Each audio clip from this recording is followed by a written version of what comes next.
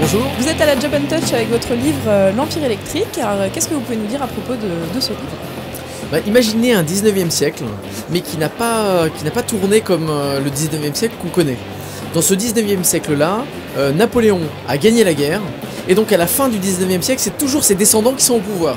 En plus, la technologie électrique s'est développée très rapidement, donc vous avez des machines, des sous-marins électriques, des robots électriques, enfin toutes sortes de machines électriques qui ont envahi ce monde.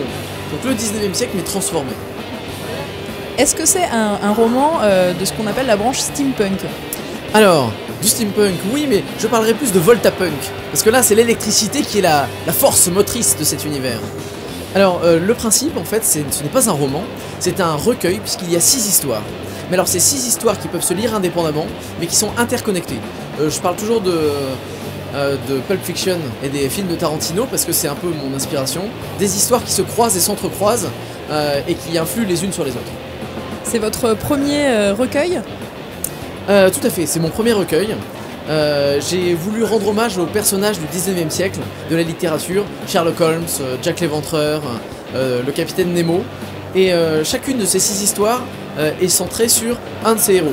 Donc la première histoire, Sherlock Holmes, la deuxième histoire, le docteur Frankenstein, la troisième histoire, le justicier Zorro, la quatrième histoire, Gavroche, le petit gamin des Misérables, la cinquième histoire, Jack l'Éventreur, et la sixième histoire, le capitaine Nemo, avec son fameux Nautilus qui descend 20 milieux sous les mers.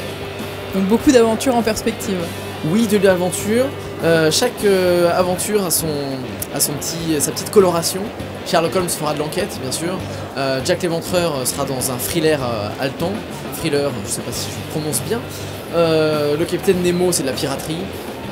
Zorro, c'est de l'aventure. Voilà, à chacun son style, mais toujours dans cet univers voltapunk. De quoi voyager dans le temps, donc. C'est ça, mais alors dans un temps alternatif. Ne l'utilisez pas pour les cours d'histoire, les parents se fâcheraient.